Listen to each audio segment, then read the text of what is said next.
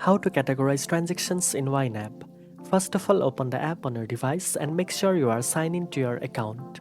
Once you are on the home screen, tap on the plan option from the bottom bar. Here you will see a list of categories and subcategories for your budget.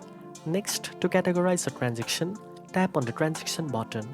Under the choose category section, select the appropriate category for your transaction.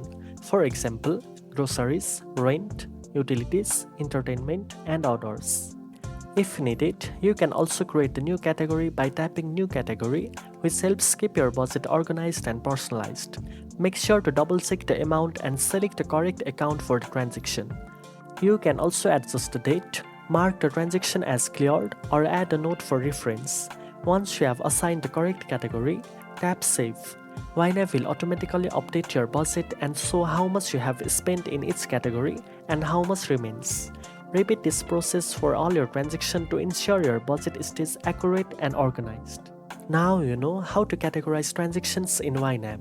If you found this video helpful, don't forget to like, share and subscribe for more finance tips. Thanks for watching and I'll see you in the next one.